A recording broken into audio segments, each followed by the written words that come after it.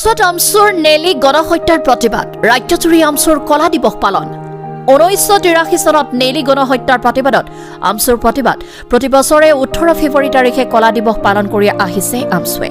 নেলিত গণহত্যাৰ মৃত্যু হোৱা লোকৰ পৰিয়ালক ন্যায় প্ৰদানৰ দাবী আমচুৰ কেন্দ্ৰীয় কমিটিৰ মুখ্য সাংগঠনিক সম্পাদক শাহিদুল ইছলাম আৰু নগাঁও জিলাৰ আমচুৰ সাধাৰণ সম্পাদক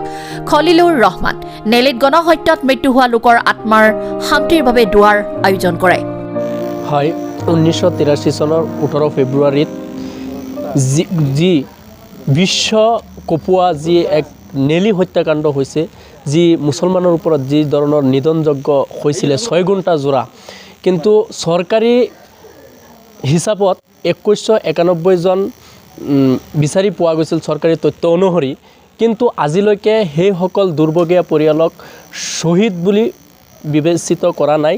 আৰু সেই সময়ত তদানীন্তন প্ৰধানমন্ত্ৰী আছিলে ইন্দিৰা গান্ধী আৰু অসমত চৰকাৰ আছিলে হিতেশ্বৰ শইকীয়াৰ কিন্তু নেলিৰ যি হত্যাকাণ্ডৰ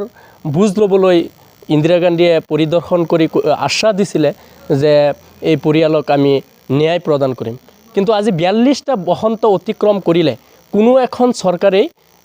নেলি হত্যাকাণ্ডৰ ন্যায় প্ৰদান কৰা নাই গতিকে আমি দুখ আৰু অতি দুখ আৰু পৰিতাপৰ বিষয় যে 20 জনৰো অধিক সাংসদ হৈছে কেবিনেট মিনিষ্টাৰ পৰ্যন্ত হৈছে আৰু আঢ়ৈশ অধিক বিধায়ক মন্ত্ৰী হৈছে সেই সময়ত আনোৱাৰা টাইমুৰ আপোনাৰ ডাঙৰ দপ্তৰৰ মন্ত্ৰী আছিলে মুখ্যমন্ত্ৰী হৈছিলে আব্দুল জব্বাৰৰ দৰে আৰু ইব্ৰাহিম আলী আৰু আপোনাৰ আব্দুল মুহিব মজুমদাৰৰ দৰে বৰেণ্য ব্যক্তিসকলে মন্ত্ৰিত্ব লাভ কৰিছিলে আৰু আজিলৈকে সেই পৰিয়ালে কোনো ধৰণৰ ন্যায় পোৱা নাই কিন্তু আজি আমি আমচুৰ যি পৰম্পৰাগতভাৱে আজি আমি আমচুৰ তৰফৰ পৰা কলা দিৱস পালন কৰিছোঁ আৰু কলা দিৱস পালন মানে আমি দোৱা কৰিছোঁ আল্লাহৰ ওচৰত দোৱা কৰিছোঁ যাতে আল্লাহ পাকে জান্নাত নসিব কৰে এই যিসকল শহীদ হৈছে এটোতো দুখ আৰু বহুত পৰিতাপৰ বিষয় আমি অল আসাম ষ্টুডেণ্ট ইউনিয়ন মাইনৰিটিৰ তৰফৰ পৰা প্ৰত্যেক বছৰে আমি কলা দিৱসটো এনেকৈ পালন কৰোঁ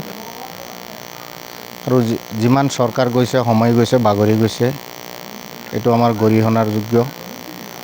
আমাৰ পৰিতাপৰ বিষয় আজি দুৰ্ভগীয়াসকলে ন্যায় পোৱা নাই আমি এতিয়াও আশাবাদী